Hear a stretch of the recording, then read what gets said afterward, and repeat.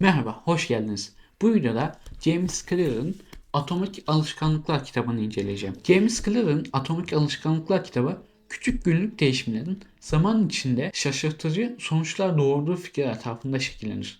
Yazara göre büyük başarılar genellikle yaşamımızdaki küçük adımların birikimiyle gelir. Bu videoda kitabın temel argümanlarını, yazarın kişisel öyküsünü, fikirlerin bilimsel dayanaklarına ve bunların felsefi boyutunu ele alacağım. Bu videodan alışkanlıkları nasıl şekillendirdiğimizi ve onları bilinçle nasıl değiştirip özgürlüğümüzü nasıl inşa edebileceğimizi öğreneceğiz. Yazar her gün sadece %1'lik küçük bir gelişmenin bile zamanla büyük bir fark oluşturacağını vurgular. Bir örnekle anlatılır. Her gün %1 daha iyi olursanız bir yılın sonunda yaklaşık 37 kat daha iyi bir hale gelirsiniz. Yine de küçük kazanımlar ilk bakışta gözden kaçabilir. Ancak büyük şeyler aslında hep birer tohum gibi atılan küçük kararların tekrarıyla büyür. Yazara göre sonuçlara odaklanmak tek başına yeterli değildir. Hedefler önemlidir. Ama esas olan bizi oraya götürecek süreçleri, sistemleri kurmaktır. Hedeflerinizin seviyesine yükselmezsiniz. Sistemlerin seviyesine düşersiniz. Yani irade gücüyle ara sıra büyük sıçramalar yapmak yerine günlük rutinler oluşturup süreçlere yatırım yapmak kalıcı başarı getirir. Alışkanlık oluşturma işi bir sistemi inşa etmektir. Her alışkanlık 4 adımdan oluşan bir döngüyle işler. Tetikleyici, arzu, tepki ve ödül. Örneğin bir müzik dinleme isteği sevdiğiniz şarkının reklamını duyduğunuzda ortaya çıkabilir. Bu tetikleyici bir arzuyu tetikler, sizi harekete geçirir ve sonunda tatmin edici bir his ile bu döngü pekişir. Bu nörolojik geri bildirim döngüsü sayesinde alışkanlıklar otomatikleşir. Yazar bu döngüyü kullanarak yeni alışkanlıklar oluşturmayı, duyumları açık tut, arzuyu çekici kıl, tepkiyi kolaylaştır, ödülü tatmin edici hale getir ve kötü alışkanlıkları kırmayı, tetikleyiciyi görünmez kıl, arzuyu etkisizleştir, eylemi zorlaştırır, ödülü anlamsızlaştırır öğretir. Yazar kalıcı değişim için yeni kimlikler inşa etmenin önemini vurgular. Mevcut davranışlarımız şu an inandığımız kimliğin yansımalarıdır. Değişim için önce nasıl bir insan olmak istiyorum sorusunu sorup buna göre hareket etmek gerekir. Yaptığınız her eylem olmak istediğiniz kişi için bir adım atmaktır. Örneğin her gün 5 dakika spor yapmak bilinç altında ben spor yapan bir insanım mesajını kuvvetlendirir. Bu küçük kazanım zamanla kişisel kimliği değiştirerek alışkanlık haline gelir. Yazara göre radikal değişimler yerine kimliksel küçük adımlar atmak daha anlamlıdır. Küçük alışkanlıklar yeni kimliğinizin parçalarını oluşturur. Yazar sürekli iyileşme için hedeflere bağlı kalmaktansa sürece odaklanmayı önerir. Hedef belirlemenin amacı oyunu kazanmaktır. Sistem oluşturmanın amacı ise oyuna devam etmektir. Gerçek uzun vadeli düşünce hedefsiz düşüncedir şeklindeki sözü başarıyı süreçte aramak gerektiğini ifade eder. Bu yaklaşımda birey tek bir başarıya odaklanmak yerine yaşam boyu devam eden gelişim döngüsüyle ilerler. James Clear 1986 doğumlu Amerikalı bir yazardır. Hamilton, Ohio'da büyüyen James Clear, Denison Üniversitesi'nden biyomekanik eğitimiyle mezun oldu ve üniversitede beyzbol takımının kaptanlığını yaptı. Atletik geçmişi ona başarı ve performans odaklı bir bakış açısı kazandırdı. Ancak hayatını asıl değiştiren olay lise yıllarında yaşandı. James Clear bir beyzbol sopasının yüzüne çarpması sonucu ciddi bir kafa travması geçirdi. Bu kaza onun konuşma, görme ve temel becerilerini yeniden öğrenmesini gerektirdi. Bu süreçte her gün küçük alışkanlıklar edinerek ilerlediğini fark etti. Adım adım yeniden kazanan normal yaşam onun küçük değişimlerin gücüne inanmasını sağladı. Yazar bu deneyimini kitabın hemen girişinde benim hikayem bölümünde çok ağır bir kafa travması geçirdikten sonra iyileşirken küçük alışkanlıkların gücünü ve bu konuyu düşünüp bir sistem kurması gerektiğini fark ettiğini anlatır. Bu kişisel hikaye James Clear'ın kitapta anlattığı sistem ve alışkanlık felsefesi ile direkt ilişkilidir. Travmadan sonra James Clear 2012'de kişisel gelişim üzerine yazmaya başladı. Blog yazıları ve e-posta bülteni milyonlarca kişiye ulaştı. Sonunda 2018'de Atomik Alışkanlıklar kitabını yayımladı ve New York Times çok satanlar listesine girdi. Kitap dünya çapında 20 milyondan fazla sattı. James Clear artık bir konuşmacı olarak da şirketlerde performans ve alışkanlık stratejileri üzerine dersler veriyor. Yazarın önerileri psikoloji ve nörobilim alanındaki araştırmalarla uyumludur. Modern psikolojide alışkanlık belli bir bağlam veya ipucu ile tetiklenen otomatik bir davranıştır. Uzun süreli tekrarlar bilince ihtiyaç duymadan bir eylemi başlatmaya yol açar.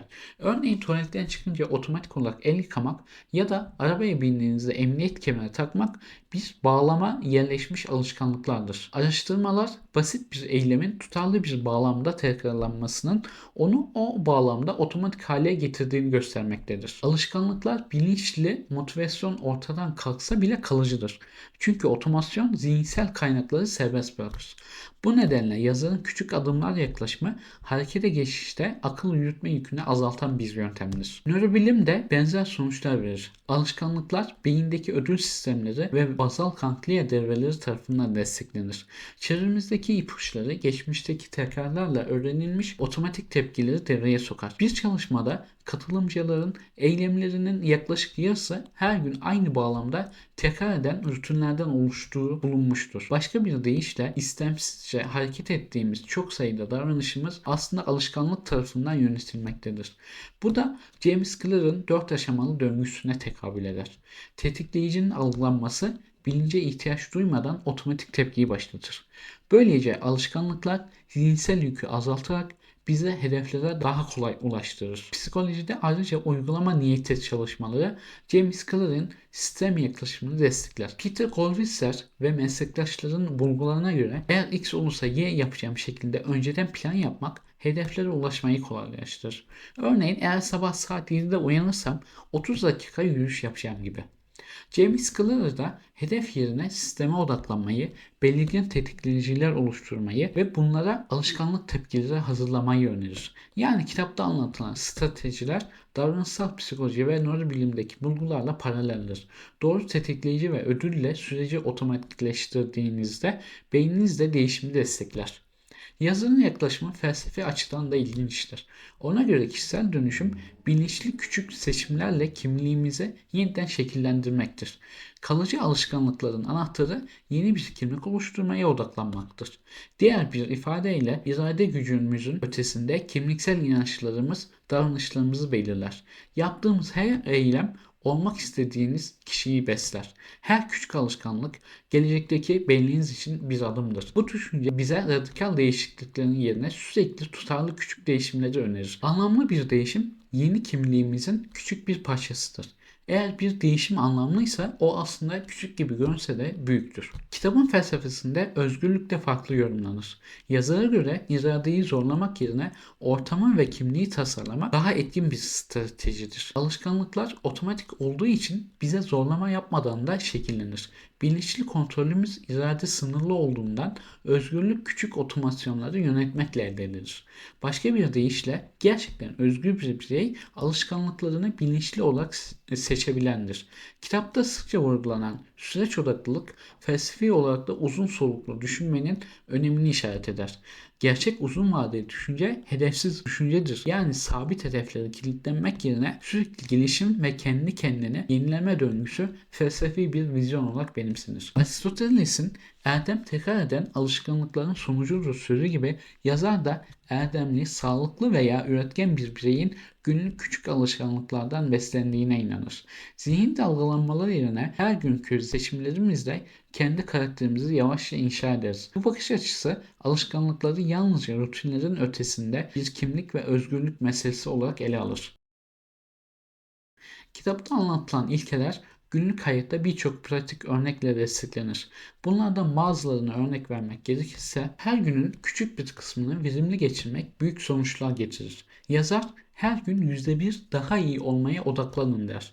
Örneğin günde sadece 5 dakika kitap okumayı alışkanlık haline getirmek bile zamanla büyük bir okuma alışkanlığına dönüşür. Yeni bir alışkanlığa başlarken öncelikle onu 2 dakikayla sınırlayın. Her yeni alışkanlık 2 dakikadan kısa sürmeli kuralı zorlu bir görevin kapısını açar. Örneğin her gece yatmadan önce kitap oku demek yerine sadece bir sayfa oku demek başlamak için gereken motivasyonu düşürür. Bir kez başladığınızda ise devam etmek kolaylaşır.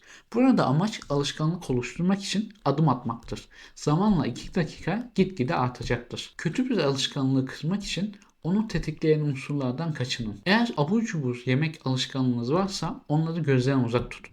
Çünkü yazar kötü alışkanlıkları başlatan durumları tetikleyici olarak adlandırır ve bu tetikleyicileri proaktif biçimde ortadan kaldırmamızı önerir. Örneğin arabanızın içine abur cubur koyarsanız onu yemek için tetikleneceksiniz ve o abur cubur eninde sonunda yenir. Kendinizi ben spor yapan biriyim veya sağlıklı beslenen biriyim diye etiketleyin. Yazarın ifadesiyle kalıcı alışkanlıkların anahtarı yeni bir kimlik oluşturmaya odaklanmaktır. Yaptığınız eylemleri bu kimliği destekleyecek şekilde belirleyin. Örneğin egzersize başlamak istiyorsanız önce kendinize ben hareketli biri olacağım diyerek günlük küçük adımlar atabilirsiniz. Günlük rutininizi bir sistem olarak şekillendirin. Yazarın belirttiği gibi hedef belirlemenin amacı oyunu kazanmaktır. Sistem oluşturmanın amacı oyuna devam etmektir. Bu nedenle tek seferlik bir hedef yerine sürdürülebilir alışkanlıklar inşa edin. Örneğin bir ayda 5 kilo vermeliyim yerine her akşam yemekten sonra 15 dakikalık yürüyüş gibi düzenli süreçler benimseyin. Böylece o alışkanlık sayesinde düzenli yürüyüş yapan biri haline geleceksiniz. Dolayısıyla 5 kilodan daha fazlasını kazanacaksınız. Kitapta birçok öneri mevcut. Benim saydığım bu öneriler yazarın yapmamız gereken şeyi yapmayı başladığınızda işi tamamlamak çok daha kolaylaşır anlayışına dayanır. Her bir madde kitabın bilimsel ve pratik çerçevesini yansıtan bir örnektir. Atomik alışkanlıklar kişisel dönüşümün esasen büyük hamlelerle değil, sürekli tekrarlanan küçük adımlarla gerçekleştiğini hatırlatır. James Clear'ın öyküsü ve bilimsel temelli küçük iyileştirmelerin bile hayatımızda derin etkiler oluşturabileceğini gösterir. Unutulmamalıdır ki şu anda ne kadar başarılı olduğunuza bakılmaz. Önemli olan alışkanlıklarınızın sizi başarı yolunda götürüp götürmediğidir. Her gün %1 daha iyi olmaya odaklanın. Kitap hem bilimsel hem felsefi düzeyde bireyin kendi yaşamını biçimlendirme özgürlüğüne vurgu yapar. İzleyici olarak biz de bu ilkeleri günlük hayatımıza uyarlayarak küçük adımlarla başlayabiliriz. Böylece kitapta açıklandığı gibi kimliğimizi yeniden şekillendirebilir ve daha iyi bir benlik inşa edebiliriz. Neticede anlamlı değişim küçük adımların birleşimidir. Bu prensibe sadık kalarak atomik alışkanlıkların felsefesi günlük yaşamımızda uygulanabilir. Genel olarak kitabın ne anlatmak istediğini, benim kitaptan ne anladığımı aktardım. İncelememi beğendiyseniz videoyu beğenmeyi, eksik ya da güzel bulduğunuz yerleri yazmayı unutmayın. Sizin geri bildirimlerinizi önemsiyorum. Size bu kitap ne kattı? Yorumlarda kitap hakkında düşüncelerinizi de bekliyorum. Beni ilk defa izliyorsan abone olmayı ihmal etme. Bir sonraki kitap inceleme videosunda görüşmek üzere. Hoşça kalın, edebiyatla kalın.